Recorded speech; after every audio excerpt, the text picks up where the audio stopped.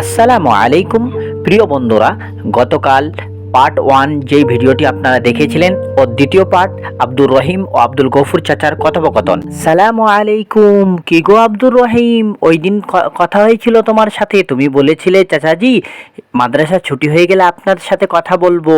তো আমি এখন তোমাকে প্রশ্ন করতে চাই, বলো তো ইসলামের কলেমা কি এবং তার মানে কি, আর বলো ইমানের পরে সবথেকে আল্লাহর বড় হুকুম কি? ওয়ালাইকুম আসসালাম ওয়া রাহমাতুল্লাহি ওয়া বারাকাতুহু। চাচা যান, আপনি প্রশ্ন করলেন যে ইসলামের প্রথম কলেমা। ইসলামের প্রথম কলেমা হচ্ছে লা ইলাহা ইল্লাল্লাহু মুহাম্মাদুর রাসূলুল্লাহ। এর মানে আল্লাহ ব্যতীত কোনো উপাস্য নেই এবং মুহাম্মদ সাল্লাল্লাহু আলাইহি সাল্লাম আল্লাহর বান্দা বা রাসূল। আর ঈমানের পরে সবথেকে আল্লাহর বড় হুকুম হচ্ছে নামাজ। মাশাআল্লাহ মাশাআল্লাহ আব্দুর রহিম, তুমি এত সুন্দর উত্তর দিলে। তোমার উত্তর শুনে আমার মন মুগ্ধ হয়ে গেল। আমারও একটা নাতি আছে যার নাম হচ্ছে আব্দুল জব্বার।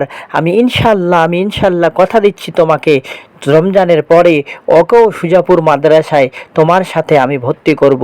তুমি একজন মক্তবের ছাত্র হয়ে, 1 ক্লাসের ছাত্র হয়ে তুমি ইসলামের বিষয়ে কালেমা জানো এবং অন্যান্য বিষয়গুলোকে জানো, আমি খুবই খুশি হলাম।